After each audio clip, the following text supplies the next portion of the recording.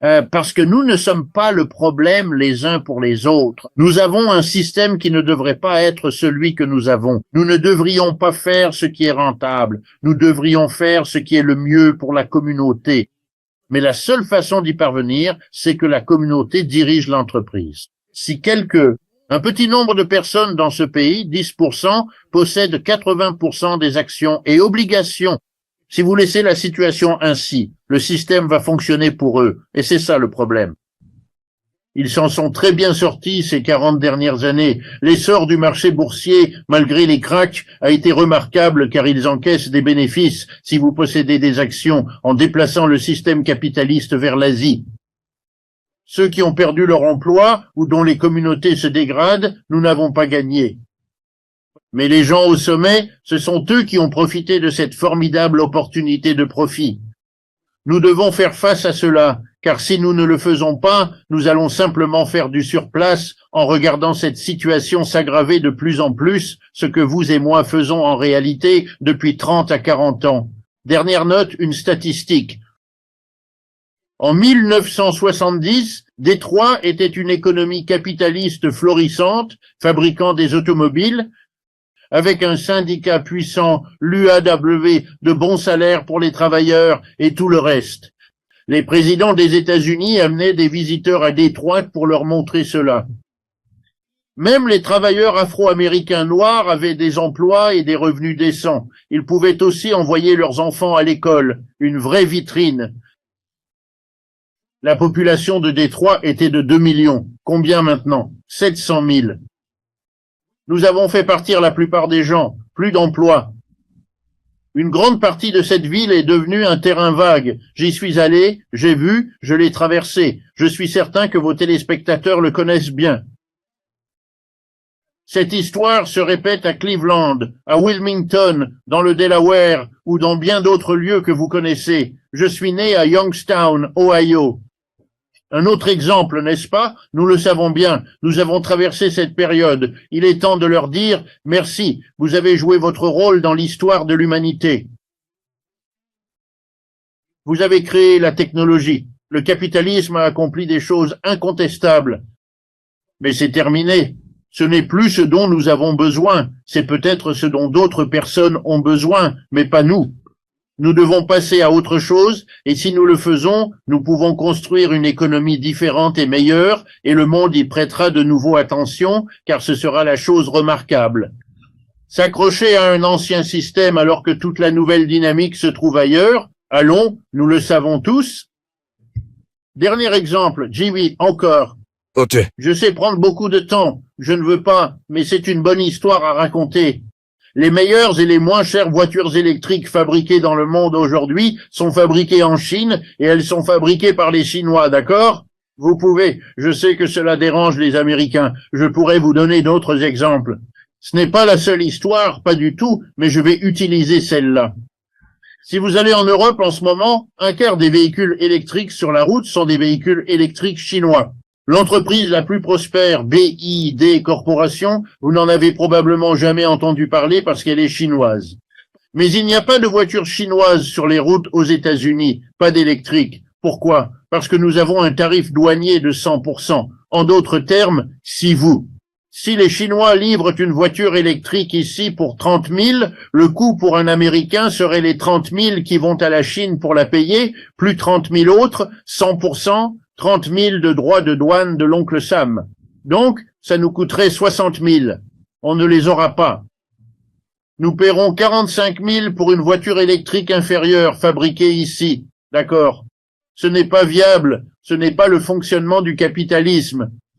Nous pouvons le faire un temps, mais la motivation du profit, elle, s'oriente vers d'autres horizons. Je ne veux pas me battre dans une guerre que je sais perdue d'avance. Allons au-delà du système capitaliste, devenons tous collectivement notre propre patron, le rêve de la majorité des Américains. Réalisons cela ensemble. Mettons en place des entreprises gérées collectivement. Accordons un revenu spécial, une récompense spéciale à la personne qui lance une entreprise, qui a la nouvelle idée. D'accord? Tout cela est très bien, mais il faut changer la façon d'organiser les affaires. Si nous ne le faisons pas, ce système va s'effondrer et il va nous entraîner avec lui. Et je ne pense pas que quiconque ici veuille ça. S'agissant des voyages en jet, d'Internet et de tout le reste, il devint clair pour les capitalistes américains, les employeurs, que si la motivation du profit les guidait, ce qui était bien le cas, et si ce qui les maintenait en activité était la concurrence, ce qui était également vrai, alors le meilleur endroit pour eux n'était pas aux États-Unis. Le succès fulgurant ici avait fait monter les salaires. C'est pourquoi nous avons prospéré. Mais vous pouviez aller en Chine, en Inde ou au Brésil et obtenir que le travail soit fait pour bien moins cher. Ce qui signifiait que le profit, si vous arriviez à le produire là-bas, à payer des salaires bas et à le ramener aux États-Unis pour le vendre au prix courant, ce profit serait vraiment spectaculaire. Alors, votre profit serait spectaculaire. Et voici l'ironie de la situation. Pour ceux qui sont capables de saisir la logique de cela, l'ironie se révèle ici. Le capitalisme est un système axé sur le profit. Comme les capitalistes eux-mêmes vous le diront si vous leur demandez, c'est le résultat net qui compte. C'est ce qui nous motive et nous anime. Et si les profits s'avèrent plus élevés ailleurs, je n'ai pas le choix. Mon concurrent va bouger et je dois en faire autant. C'est le cours de l'histoire des États-Unis. Le capitalisme a débuté en Nouvelle-Angleterre, puis s'est étendu au Midwest, au Sud-Ouest, au Nord-Ouest et au Sud-Américain. Il continuait de migrer. Puis il est allé au Mexique et au Canada. La triste réalité, c'est que le capitalisme, le capital et les profits ont maintenant quitté les États-Unis. Et voici la chose la plus déconcertante pour les Américains, mais ils ont raison. Ça ne reviendra pas, ça ne reviendra pas. Toute cette absurdité du rapatriement, ce n'est pas pour demain, et ce n'est pas une question de bon ou de méchant. Le profit se trouve désormais à l'étranger. Voici ce que la Chine offre à tous les capitalistes du monde. Venez ici. Vous aurez une main-d'œuvre moins chère que chez vous, et vous aurez le plus grand marché en croissance du monde. J'ai enseigné dans des écoles de commerce. C'est ce que nous enseignons aux étudiants des écoles de commerce. Si vous voulez exceller dans l'entrepreneuriat, dirigez-vous là où les salaires sont bas et le marché connaît une croissance rapide. Cela ne reflète pas les États-Unis d'aujourd'hui et ce n'est plus le cas depuis 40 ans. Les capitalistes sont partis, nous laissant avec un pays qui n'est plus en plein essor et nous en sommes tous attristés, ce qui est tout à fait compréhensible. Nous sommes tous inquiets à ce sujet et c'est bien normal.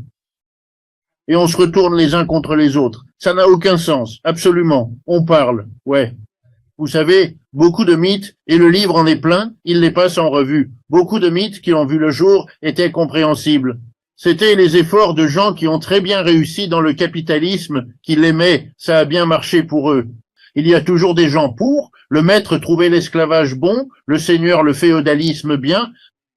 Nous ne devrions pas être étonnés que les personnes occupant les plus hautes sphères, pour la plupart, voient les avantages du système. Ainsi, elles racontent des histoires comme si ces opportunités étaient offertes à tous, alors que ce n'est pas le cas. J'essaie d'examiner cela. Mais l'un d'eux est que, sans capitalisme, on ne pourrait pas démarrer sa propre entreprise. C'est absurde. Sous l'esclavage, vous pouviez démarrer votre propre plantation d'esclaves. Les gens le faisaient. Sous le féodalisme, vous pouviez créer votre manoir féodal, et en capitalisme, votre propre entreprise.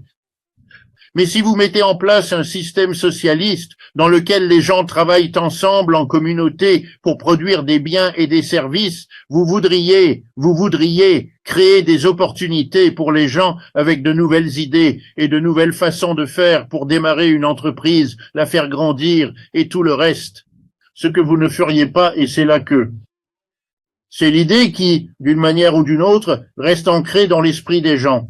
Vous ne pourriez pas développer votre entreprise au-delà d'un certain seuil en exploitant, c'est-à-dire en prenant un grand nombre de personnes qui ne peuvent pas réellement partager tous les fruits que cette entreprise peut générer, étant donné qu'elles sont vos employés. Il vous faudra trouver un terrain d'entente avec eux, un type d'arrangement mutuellement acceptable. Ce sont des êtres humains comme vous, et dans la perspective socialiste que je décris, ils ont le droit de participer à ce que vous avez élaboré, tout comme vous y avez droit. Ils ont le droit de prendre part à ce que vous avez contribué à créer. C'est une sorte de sentiment. Vous savez, laissez-moi le dire ainsi. À la fête de Noël, dans chaque emploi que j'ai eu, le patron se lève, chancelant, il est un peu ivre, et puis il monte sur la table et dit à tout le monde à la fête de Noël, nous avons eu une bonne année et je veux remercier chacun d'entre vous pour la contribution que vous avez apportée à l'année réussie que nous avons eue. Et il s'approprie ensuite 90% de ce que le travail de ces personnes a produit et s'offre de très agréables vacances pour Noël et le Nouvel An. Eux, par contre, ne le font pas. Mon argument est qu'il faut en avoir la ferme intention.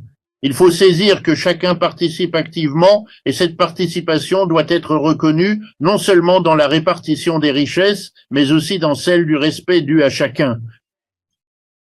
Vous ne serez pas respectueux envers votre prochain si une hiérarchie employeur-employé subsiste. C'est cela qui doit disparaître. Nous devons être assez courageux pour tenter le coup. Vous savez, les mêmes personnes qui pensaient qu'il fallait avoir un roi, qu'il fallait avoir quelqu'un au sommet de la société, un empereur, un tsar, ou peu importe comment vous vouliez l'appeler. Et puis, il y a quelques centaines d'années, on s'en est débarrassé. Nous avons dit, plus de roi, plus de monarchie, plus rien de tout cela. Ou si jamais il y en a, ce n'est qu'une affaire cérémonielle pour attirer les touristes, mais nous ne le prenons pas au sérieux. Eh bien, devinez quoi? Les rois sont toujours là, mais ils ont changé leur nom. Maintenant, on les appelle des PDG. Ce sont de petits empereurs qui sont assis dans cette usine, dans ce bureau ou dans ce magasin, disant à tout le monde quoi faire et essayant de faire croire que l'on ne peut pas gérer une entreprise sans quelqu'un au sommet. Oui, on peut gérer un pays sans roi, tout comme on peut gérer une entreprise sans qu'il y ait quelqu'un au sommet. Vous pouvez tous, collectivement, former une communauté qui prend en charge la production des biens et des services. Professeur, en tant que militant, comment ce système fonctionne-t-il et pourquoi fonctionne-t-il ainsi? Très bien, pour faire bref, vraiment, je promets. L'une des choses qui ne devrait surprendre personne au sein de ce système, si vous avez bien saisi mes propos, est que si quelques individus sont au sommet, ils conserveront pour eux une part disproportionnée de ce qui est produit. C'est ce que faisaient les maîtres durant l'esclavage. Les seigneurs le faisaient sous le féodalisme. Devinez quoi? Les capitalistes et les employeurs, ceux qui possèdent la richesse, en accumulent toujours davantage. Vous et moi, nous lisons les gros titres comme tout le monde et nous apprenons qu'Elon Musk, pour ne prendre que lui, possède plus d'argent que vous savez, le Seigneur Tout-Puissant et plus que bien des pays. Vous savez, c'est jusqu'où ces folies peuvent aller. Il possède plus de richesses que les anciens pharaons d'Égypte, dont nous avons tous entendu parler à l'école du dimanche il y a des millions d'années. Mais en réalité, nous reproduisons à présent ce même phénomène. Et puis une fois qu'on regarde ça, on réalise que cette inégalité, elle a toujours le même résultat, comme si nous n'avions rien tiré des leçons de l'histoire. Lorsque beaucoup de gens sont pauvres et qu'un petit nombre est très riche, cela conduit inévitablement à de nombreux problèmes. Les riches craignent que les pauvres ne viennent s'en emparer, c'est pourquoi ils aiment avoir beaucoup de policiers et exercer un contrôle strict, car ils ont peur. Les pauvres sont emplis d'envie, cela les ronge de l'intérieur, et ils se sentent terriblement mal de ne pas pouvoir offrir à leurs enfants ce que les riches peuvent donner aux leurs. On en connaît les conséquences, cela déchire les communautés. Les Américains aimaient beaucoup dire, non pas que c'était vrai, mais il y avait une part de vérité, que nous sommes tous de la classe moyenne. C'est un pays de classe moyenne, très peu de riches, très peu de pauvres, nous sommes tous. Eh bien, il y avait beaucoup de vrai là-dedans. Nous étions moins inégalitaires il y a 50 ans que tous les pays d'Europe. Mais ces 50 dernières années, la tendance s'est inversée. Nous sommes désormais plus inégaux que les pays d'Europe. Et cela se manifeste. Cela se reflète dans notre politique. Cela apparaît dans notre défiance mutuelle. Ça se voit dans la façon dont notre pays se déchire, et ce n'est pas seulement ici aux États-Unis. Ainsi, ce que ce livre entreprend, c'est de relater cette histoire, de détailler, étape par étape, comment le système capitaliste opère ainsi et la raison pour laquelle il nous a conduits à cette conjoncture. Et je n'oublie pas, alors même que nous discutons, comme par hasard, non pas que j'ai le pouvoir de le décréter, mais juste pour illustrer ce propos, que nous avons aussi un système très instable. parce que ces 3 derniers jours en bourse, jeudi, vendredi de la semaine dernière et lundi de cette semaine, tout s'est effondré. Nous avons un autre krach. Vous savez, le capitalisme est un système instable. Je disais à mes étudiants en cours, si vous viviez avec un colocataire aussi instable que le capitalisme, vous auriez déménagé depuis longtemps. Vous auriez certainement répondu « Non, merci, je ne souhaite pas un système qui, en moyenne, tous les 4 à 7 ans, dans chaque pays, subit un effondrement. Considérez les termes que nous utilisons. Ralentissement économique, récession, dépression, crise et même l'effondrement. Je pourrais vous parler pendant des heures de tous ces termes, car c'est un phénomène si récurrent. Cela fait 300 ans que nous tentons de surmonter cet obstacle, mais nous n'avons pas réussi à y parvenir. Nombre de personnes brillantes ont travaillé sans relâche afin de nous sortir de cette instabilité, et que puis-je vous dire, en 2000, nous avons connu le krach des dot-com, vous souvenez-vous de cela? Puis, en l'an 2008, nous avons été frappés par le krach des subprimes. Et puis en 2020, nous avons connu le krach lié au Covid-19. Et à présent, nous nous dirigeons vers. Eh bien, cela n'a pas encore de nom, mais je suis certain que des économistes aussi intelligents que moi vont en trouver un. Les dénominations évoluent, mais le phénomène, lui, demeure immuable. Et ce que cela signifie, et c'est là mon dernier point, c'est que les personnes vivant sous le système capitaliste, qu'elles en soient conscientes ou non, sont perpétuellement inquiètes.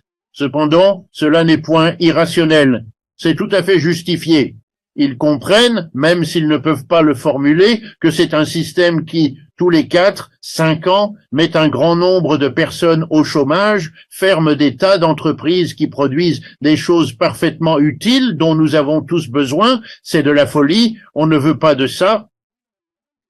Personne n'en veut, et pourtant, nous ne parvenons jamais à nous en défaire. C'est le signe d'un système dont le temps est venu. Il a bien vieilli, on l'a eu pendant un bon moment.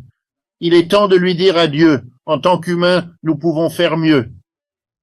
Les esclaves pouvaient faire mieux que l'esclavage, les serfs mieux que le féodalisme, et je suis convaincu que nous pouvons faire mieux que le capitalisme. Il suffit de comprendre et de faire l'effort, et nous y parviendrons. Nous pourrons alors considérer le dépassement du capitalisme de la même manière que nous considérons aujourd'hui le dépassement de l'esclavage et du féodalisme. Le capitalisme organise la production et la distribution des biens et services essentiels, nourriture, vêtements, logements, transport, éducation, tout ce que vous voulez. Et dans l'histoire de la race humaine dont nous faisons tous partie, ou du moins la plupart, les formes ont varié. Les gens ont organisé leur économie différemment. Par exemple, il fut un temps, pas si lointain, et même encore aujourd'hui, à quelques endroits, il y avait des maîtres et des esclaves. C'est comme ça qu'ils faisaient. Certains étaient esclaves, d'autres étaient maîtres. Les esclaves faisaient tout le travail. Les maîtres récupéraient tout ce que l'esclave produisait, car il possédait non seulement le produit, mais aussi le producteur, l'être humain. Ensuite, on a eu le féodalisme. C'est un autre type de système. Pas d'esclaves, pas de maîtres, mais des seigneurs et des serfs.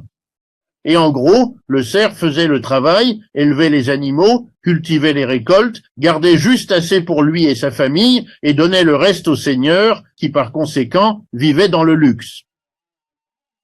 Ce que vous remarquerez si vous regardez vous savez, les châteaux et forteresses en Europe, c'est avec ce surplus de production qu'ils les ont construits. Nous sommes un système différent. Nous n'avons ni maître ni esclave, et nous n'avons ni seigneur ni serf. On a traversé beaucoup d'épreuves, y compris les révolutions françaises et américaines, pour dépasser ça. Il s'avère que beaucoup de gens ne voulaient pas être esclaves et beaucoup de gens ne voulaient pas être serfs. Alors on a instauré un nouveau système appelé capitalisme. Et au lieu d'avoir des maîtres et des esclaves, et au lieu d'avoir des seigneurs et des serfs, nous avons ce qu'on appelle des employeurs et des employés. L'un d'eux est au sommet et prend toutes les décisions. Je n'ai pas besoin de vous dire qui c'est, vous le savez déjà. Et l'autre vient travailler à l'usine, au bureau, au magasin et fait ce qu'on lui dit. Assieds-toi là, travaille avec ceci, fais cela, utilise cette machine et en fin de journée, rentre chez toi, prends une pizza, reviens le lendemain et refais tout ça. D'accord ? Nous avons un système capitaliste qui est constitué d'employeurs et d'employés. Nous pensions que nous allions obtenir la liberté, l'égalité, la liberté, la démocratie en laissant l'esclavage et le féodalisme derrière nous. Et ces espoirs, ces rêves étaient tout à fait raisonnables. Mais nous avons commis une erreur. Ce que nous n'avons pas saisi, c'est que la dynamique employeur-employé, bien que distincte, partage des similitudes fondamentales. Et ce qu'elle partage avec l'esclavage et le féodalisme, c'est cette structure où quelques personnes sont au sommet, concentrant ainsi tout le pouvoir et toute la richesse entre leurs mains, tandis que le reste d'entre nous en est dépourvu. Et ce que nous désirons réellement, ce que nous avons toujours voulu, nous l'avons peut-être appelé liberté lorsque nous étions esclaves, ou libération lorsque nous étions serfs, mais ce que nous souhaitions vraiment, c'était un système dans lequel nous pourrions être notre propre patron, sans personne pour nous commander. De nous, et le système capitaliste ne représente pas cela, car c'est un système, comme tous les téléspectateurs de cette émission le savent, où quelques individus sont les patrons et nous, le reste, sommes commandés. Notre langage le reflète bien. Nous en sommes tout à fait conscients. C'est une évidence. On parle, ouais, vous savez, de beaucoup de mythes, et le livre en est plein, il les passe en revue. Beaucoup de mythes qui sont apparus étaient compréhensibles. C'étaient les efforts de gens qui s'en sortaient très bien dans le capitalisme, qui aimaient ça marchait bien pour eux. Il y a toujours des gens pour, vous savez, le maître trouvait l'esclavage assez bien et le seigneur le féodalisme. On ne devrait pas être surpris que les personnes en position dominante trouvent, la plupart du temps, des aspects positifs au système. Ils racontent alors des histoires comme si c'était accessible à tous, même si la réalité est tout autre. Je m'efforce d'examiner cela en détail. Mais l'un d'eux est que, si vous n'aviez pas le capitalisme, eh bien vous ne pourriez pas créer votre propre entreprise. C'est idiot. Sous l'esclavage, on pouvait créer sa plantation. Des gens l'ont fait. Dans le féodalisme, on pouvait créer son propre manoir féodal. Dans le capitalisme, on peut créer sa propre entreprise. Mais si vous mettez en place un système socialiste où les gens travaillent ensemble, en communauté, pour produire des biens et des services, vous voudriez créer des opportunités pour les gens avec de nouvelles idées et de nouvelles façons de faire pour démarrer une entreprise, la faire grandir et tout le reste. Ce que vous ne feriez pas, et c'est l'idée qui persiste dans l'esprit des gens quand ils en entendent parler, vous ne pourriez pas développer votre entreprise au-delà d'un certain point en employant un grand nombre de personnes qui ne peuvent pas participer pleinement à tout ce que cette entreprise peut offrir parce que ce sont vos employés. Il faudra que vous parveniez à un certain arrangement avec eux. Après tout, ce sont des êtres humains, tout comme vous. Et dans le système socialiste que j'évoque, ils ont pleinement le droit de participer à ce que vous avez conçu, de la même manière que vous-même avez la légitimité. Ils ont le droit de participer à ce que vous avez aidé à créer. C'est un peu un sentiment. Vous savez, permettez-moi de le formuler ainsi. À la fête de Noël, dans chaque emploi que j'ai occupé, le patron se lève, titubant, un peu ivre, puis il monte sur la table et dit à toutes les personnes présentes à la fête de Noël, « Nous avons eu une bonne année et je tiens à remercier chacun d'entre vous pour la contribution que vous avez apportée au succès de notre année. » Alors, il s'approprie 90% de ce que le labeur de ces personnes a produit pour lui-même et passe d'excellentes vacances de Noël et du Nouvel An. Eux, ils n'y ont pas droit. Ce que je veux dire, c'est que vous devez y croire. Il est essentiel de saisir que chaque individu contribue et cette contribution doit être valorisée à travers une juste répartition des richesses et une reconnaissance égale de la dignité de chacun. Vous ne serez pas respectueux envers votre prochain si vous avez une hiérarchie employeur-employé. C'est de ça qu'il faut se débarrasser et nous devons être assez courageux pour essayer. Vous savez, les mêmes personnes qui pensaient autrefois qu'il fallait un roi, qu'il fallait quelqu'un qui, au sommet de la société, empereur, tsar, ou tout ce que vous vouliez l'appeler. Puis, il y a quelques siècles, on s'en est débarrassé. On a dit, fini les rois, les monarchies, tout ça. Ou si nous en avons un, c'est quelque chose de purement cérémoniel pour les touristes, mais nous ne le prenons pas au sérieux. Eh bien, devinez quoi? Les rois sont toujours là, mais ils ont changé de nom. Maintenant, on les appelle des PDG. Ce sont ces individus qui, tels de petits empereurs, siègent dans cette usine, ce bureau ou ce commerce, dictant à chacun sa tâche et s'efforçant de convaincre que diriger une entreprise sans chef suprême est impossible. Oui, on peut gouverner un pays sans roi et on peut aussi diriger une entreprise sans personne au sommet. Vous pouvez tous ensemble constituer une communauté qui assure la production des biens et des services. C'est exactement ce que je recherche. Ça me va si les coopératives achètent et vendent entre elles, donc il n'y a pas de problème.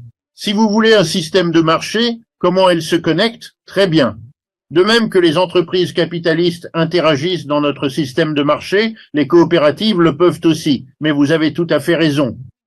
Il doit s'agir d'une décision démocratique, une personne, une voix prise par les gens.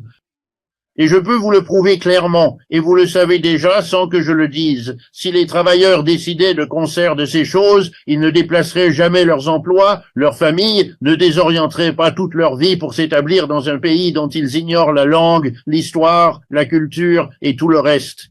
C'est exactement ce que nous cherchons. Maintenant, politiquement, comment faire? Je vais vous donner quelques exemples, parce qu'ils sont réels. Ils existent, car je veux montrer aux gens que c'est déjà en marche. Ce n'est pas un château en Espagne, juste une idée lointaine que j'aurai pour l'avenir. En 1985, donc, de quelle année parlons-nous? Il y a 30 ou 40 ans, en Italie, un pays qui n'était pas particulièrement communiste, une loi a été votée. Et cette loi, voici comment elle s'est déroulée. Si vous vous retrouvez au chômage en Italie, si vous perdez votre emploi, vous avez le choix. Appelons ça le plan A et le plan B. Plan A, vous recevez un chèque hebdomadaire, comme quand vous faites la file d'attente pour le chômage dans ce pays. C'est une option. Là-bas, ils appellent ça les allocations chômage, ou le mot italien pour ça. Mais vous avez un deuxième choix.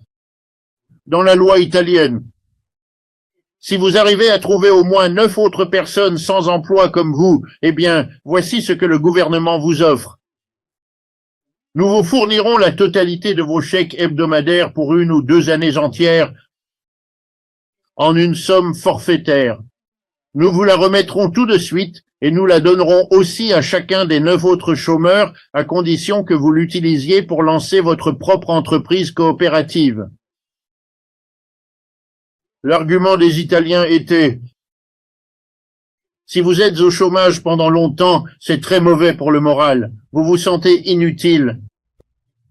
Vous savez, ça crée des tensions dans votre vie de famille et tout le reste. Non, nous ne voulons pas de ça. Ce n'est pas une bonne façon de gérer les choses. Vous seriez bien plus heureux si vous pouviez continuer à travailler. Vous seriez même doublement satisfait si vous étiez responsable de l'entreprise qui vous procurait un emploi. Autrement dit, vous vous seriez créé un poste, mais l'argent vous manque. Nous allons vous donner l'argent que nous vous aurions donné de toute façon. Pas d'argent supplémentaire du gouvernement. Vous ne pourrez pas bénéficier du chômage les 2 ou 3 prochaines années, car vous l'avez déjà perçu en avance. Et il y a des coopératives partout dans toute l'Italie.